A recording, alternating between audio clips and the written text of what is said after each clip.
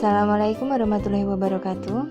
Anak-anak, kita bertemu dalam subtema 4 hidup rukun di masyarakat untuk pembelajaran yang ke-6. Di sini ada cerita berjudul Kisah JJ si Jerapah. Jadi di padang rumput yang luas hiduplah sekelompok jerapah.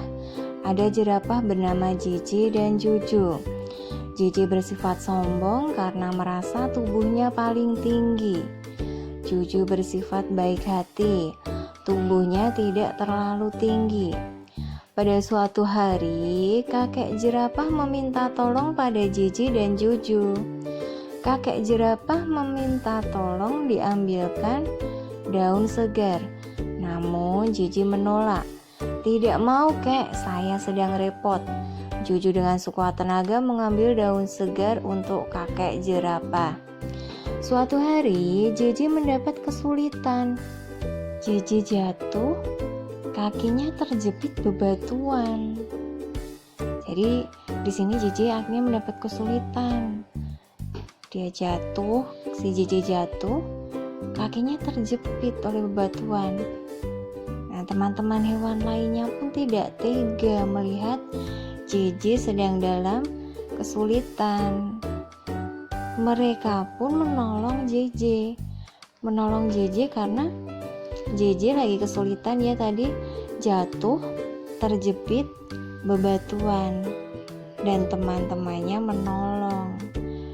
Akhirnya JJ pun sadar bahwa saling menolong antar teman itu penting. Jadi dari cerita ini tadi kita bisa belajar dari si Juju, ya. Juju itu tadi bersifat baik hati. Sedangkan si JJ bersifat sombong, tapi akhirnya sadar setelah dalam keadaan sulit atau sedang dalam kesulitan saat jatuh dan terjepit bebatuan tadi, teman-temannya menolong semua karena tidak tega melihat JJ kesulitan, dan itu yang membuat si JJ akhirnya sadar bahwa tolong menolong antar teman itu penting. Dalam dongeng terdapat sikap gotong royong. Jadi kalian masih ingat ya apa itu gotong royong? Selain itu terdapat sikap adil dalam menolong orang lain. Sikap tersebut sesuai dengan pengamalan sila keempat dan kelima Pancasila. Penerapan sila keempat di masyarakat, di sini sila keempat ya, kerakyatan yang dipimpin oleh hikmat kebijaksanaan dalam permusyawaratan perwakilan. Ada apa aja penerapannya? Menghargai pendapat ketika bermusyawarah atau ketika musyawarah. Jadi saling menghargai pendapat ya saat musyawarah, sehingga tidak menimbulkan keributan. Kemudian selain menghargai pendapat, ada menerima keputusan musyawarah dengan lapang dada. Jadi saat musyawarah tadi sudah menentukan keputusan dan kita harus menerima keputusan musyawarah tersebut dengan lapang dada. Kemudian selain itu ada lagi menghormati pendapat orang lain. Jadi menghormati pendapat orang lain, jadi yang berbeda dengan pendapat kita. Jadi kita harus saling menghormati. Musyawarah dalam pemilihan ketua RT. Jadi dalam memilih ketua RT kita perlu musyawarah bersama untuk mencapai hasil bersama. Kemudian yang musyawarah menentukan jadwal ronda malam. Itu beberapa penerapan sila keempat di masyarakat. Penerapan sila kelima Pancasila di masyarakat. Setelah sila keempat, kita masuk dalam sila kelima ya di subtema 4 untuk pembelajaran 6 ini. Sila kelima yang berbunyi keadilan sosial bagi seluruh rakyat Indonesia dengan simbol padi dan kapas. Penerapannya ada gotong royong membersihkan lingkungan, jadi bersama-sama membersihkan lingkungan. Ada lagi menjunjung tinggi semangat kekeluargaan dan gotong royong dalam kehidupan. tidak hidup boros, bersikap adil, menghormati hak orang lain, dan menghargai hasil karya orang lain. Hubungkan gambar pengamalan sila Pancasila dengan sila Pancasila yang sesuai. Jadi di sini ada beberapa gambar ya, kita hubungkan dengan sila yang sesuai. Jadi ada beberapa gambar di sini, kita hubungkan dengan sila yang sesuai. Kalau di sini ada sila keempat dan sila kelima. Jadi sila keempat kepala banteng, sila kelima padi dan kapas. Dan gambar yang pertama itu adalah musyawarah. Jadi kita gabungkan ke sila keempat. Kemudian yang kedua itu gambar membantu orang yang terkena bencana alam. Berarti masuk dalam sila kelima. Gambar yang ketiga itu ada Andi menolong nenek yang menyeberang jalan. Berarti masuk dalam penerapan sila kelima Pancasila padi dan kapas. Kemudian ada lagi di sini ada posyandu, masuk dalam keadilan sosial bagi seluruh rakyat Indonesia. Dan yang terakhir adalah rapat RT ya, kita masuk dalam sila keempat musyawarah. Nah, jadi itu beberapa pengamalan dari sila Pancasila keempat dan kelima. Buatlah soal cerita dengan penyelesaian di bawah ini. Setelah itu selesaikan soal cerita buatanmu. Di sini kita belajar ada bilangan 193 ditambah 117 dikurangi 200.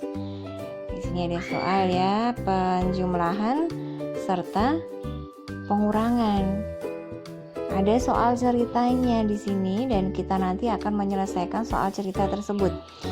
Adi memiliki 1993 ya butir kelereng. Lalu ayah membelikan Adi kelereng sebanyak 117 butir. Kelereng tersebut lalu diberikan kepada adiknya sebanyak 200 butir. Berapa sisa kelereng Adi? Jadi Adi memiliki 193. Lalu ayah membelikan Adi kelereng 117. Berarti kita jumlah terlebih dahulu kelerengnya seluruhnya berapa ya? 193 kita tambahkan dengan 117. 3 ditambah 7 ada 10. Kita tulis angka 0, 1 kita letakkan di atas angka sebelahnya.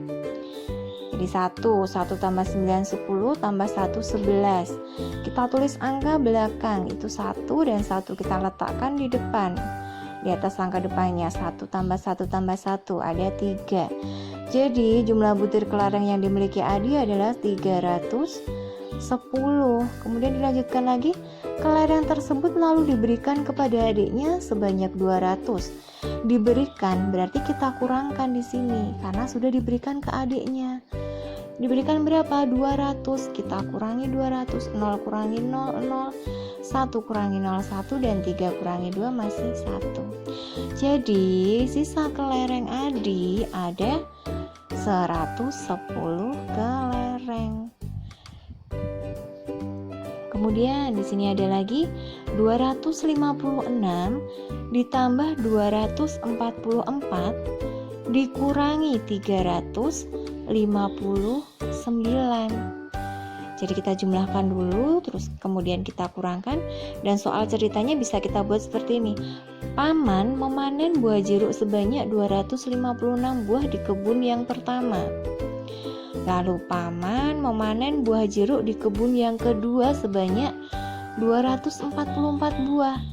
Buah jeruk itu lalu dijual dan laku 359 buah. Jadi di sini kita jumlahkan dulu buah jeruknya, buah jeruk yang di kebun pertama dan yang kedua.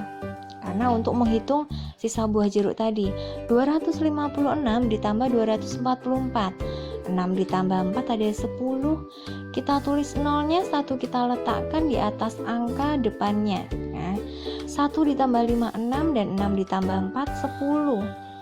kita tulis 0 lagi dan 1 kita letakkan di depannya, 1 ditambah 2 dan ditambah 2 lagi. Jadi ada 5. Nah, jadi buah jeruknya itu ada 500. Kemudian buah jeruk itu dijual dan laku 359. Berarti di sini kita kurangkan ya, 500 kurangi 359. 0 kurangi 9 tidak bisa. Kita pinjam 1 di sebelahnya jadi 10. Jadi kita pinjam di sebelahnya karena 0 ya.